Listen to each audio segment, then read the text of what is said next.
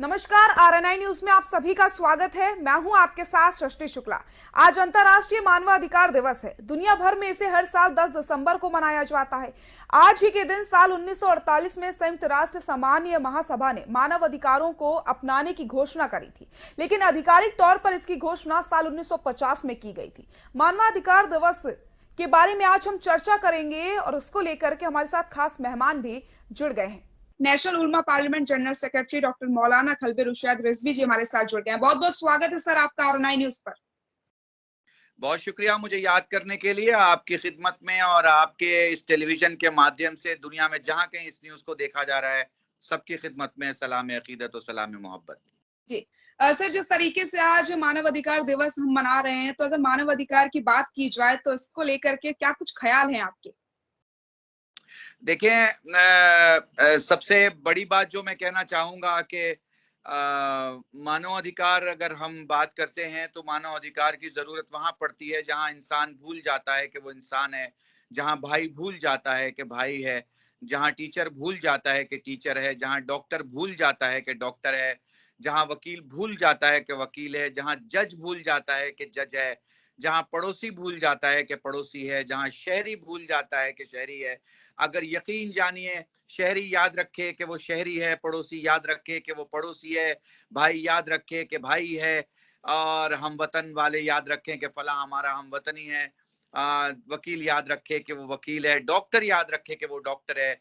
तो मानव अधिकार की जरूरत नहीं पड़ती, चूंकि मानव में जब मानव बसेगा तो वो जरूर एक दूसरे को अधिकार देगा। देखिए ना, जब जानवर खाना खाता है तो आपने कभी नहीं देखा होगा कि एक जानवर दूसरे जानवर को पूछेगा भाई तू भी दो लुकमा हमारे खाने में से खा ले। लेकिन जब इंसान खाता है, ट्रेन में चलते हुए मुसाफिरों को देखिए, बस में चलते हुए लंबे यात्रा में मुसाफिरों को देखिए, वो जब अपना टिफिन अपना डब्बा खोलते हैं तो एक दूसरे से पूछते हैं कि आप खाएंगे क्या, आप कुछ लेंगे क्या। तो मुझे ऐसा लगता है, मानव मानव रहेगा तो अधिकार की हिफाजत करेगा, मानव मानव नहीं रहेगा तो अधिकार का हनन करेगा।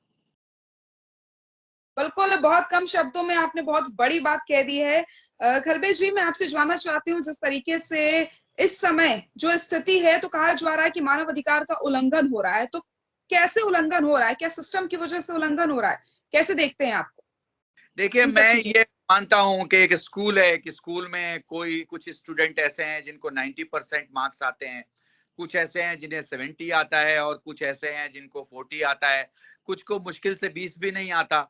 अब इससे तो इनकार नहीं कर सकते कि वो स्कूल के स्टूडेंट नहीं है, मगर इससे भी इनकार नहीं कर सकते कि वो किताबों तो लेके गए हैं, उन्होंने शायद किताबें थोड़ी बहुत पढ़ी भी हैं लेकिन उनको याद नहीं। तो इस हमारे सारे भारतवर्ष में बहुत बड़ा मुल्क है, 135 करोड़ का मुल्क है। इस मुल्क में इंसानियत पढ़ी तो सबने है, किसी को 90% याद है, किसी को 80% याद है, किसी को 70% याद है और किसी को 20% भी याद नहीं है।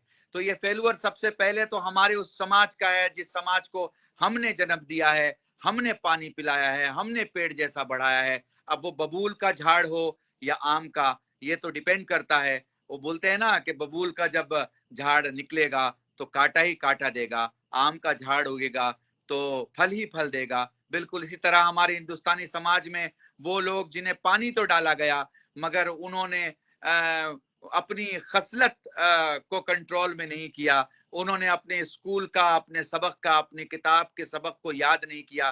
तो मुझे लगता है ऐसे लोगों को मानव अधिकार सिखाने की जरूरत पड़ती है, या कहीं कहीं सरकारें, या कहीं कहीं सियासी लोग, या कहीं कहीं राजनेता, या कहीं कहीं मजहबी लोग उनका फायदा उठाते हैं और उनके हाथों वो दूसरे के हुकूक का हनन करते हैं। और इसी तरह एक सफ खड़ी हो जाती है, एक जालिम की सफ होती है और एक मजलूम की सफ। मगर मेरे आप जैसे और आपके आरएनआई के देखने वाले दुनिया में जहां कहीं भी लोग हैं, उनका सिर्फ और सिर्फ एक ही उद्देश्य होने चाहिए कि अगर आवाज उठी है और मजलूम ने उठाई है तो उसका साथ दे और जालिम के खिलाफ खड़ा रहे। बिल्कुल। कल्बे जी, हमारे दर्शक जो भी हमें देख रहे हैं, आप उन्हें क्या संदेश देना चाहते हैं? क्योंकि आज का दिन काफी अहम है। मैं आज के दिन उन्हें संदेश में शामिल करना चाहूंगा। मैं उन्हें कोई नई सीख या नई बात, जैसे मैं स्टूडेंट्स में और अपने सुनने वालों में बयान करता रहता हूं, मैं चाहूंगा वो मेरे साथी बने। आज सबसे पहले हमें इस मानव अधिकार के दिन पे आवाज उठानी है, अपने सीडीएस के चीफ की जो शहादत हुई है और जो दुर्घटना हुई है और हादसा जो हुआ है, तो मुझे लगता है उनके उनके पत्नी के और जितने साथी हमारे गए हैं, सबसे पहले तो उनके फैमिली को पुरसा पेश करते हुए और हुकूमत से ये मांग करते हुए कि खास तौर से इस बात की जांच की जाए कि ऐसा क्यों हुआ और किस तरह हुआ, जबकि वो बहुत ही सेफ और सुरक्षित हाथों में उनका सफर था। पहली बात। दूसरी बात, मैं सरकार से कहना चाहूंगा, चाहे वो स्टेट गवर्नमेंट हो, सेंट्रल गवर्नमेंट हो, कि हमारे पास कानून ने बाबा साहब भीमराव अंबेडकर ने जब कानून की किताब लिखी तो उसमें आर्टिकल 21 में राइट टू लाइफ का उल्लेख किया। उस आर्टिकल में अगर एक चीज और बढ़ा दी जाए, राइट टू लाइफ में हमें राइट टू फूड का प्रावधान दे के और जितने गरीब हैं उनको खाने का अधिकार दे दिया जाए, तो मुझे लगता है ये मानव अधिकार की बहुत बड़ी जीत भारत में होगी कि फिर ऑक्सीजन से मरने वाला कोई मरीज नहीं दिखाई देगा और भूख से मरने वाला कोई मजदूर नहीं दिखाई देगा। मुझे लगता है आज मैं सभी साथियों को अपनी इस आवाज में शामिल करना चाहूंगा कि अगले साल तक हम कोशिश करें कि हम मजदूर की भूख की आवाज उठाएं और मरीज के सांस की। मुझे लगता है यही उन सारे लोगों की श्रद्धांजलि है जो कोरोना में 2 साल में इस दुनिया से चले गए, और उन सारे मजदूरों के लिए जो हमारे भारत के इतिहास में थे, हैं और रहेंगे, उनके लिए एक सहानुभूति और एक भाई बन के साथ खड़े रहने का ये एक जिसको कहा जाए एक दलील बनेगी कि हम उनके साथ हैं। बिल्कुल सही कहा आपने। कहीं न कहीं ऐसा होना चाहिए कि हमारे देश में कोई भी व्यक्ति भूखा ना सोए, तो इसको लेकर के कुछ ना कुछ ज़रूर सोचना चाहिए। मौलाना कल्बे जी, बहुत-बहुत शुक्रिया अपना कीमती समय देने के लिए हमें। बहुत शुक्रिया। नमस्कार। नमस्कार।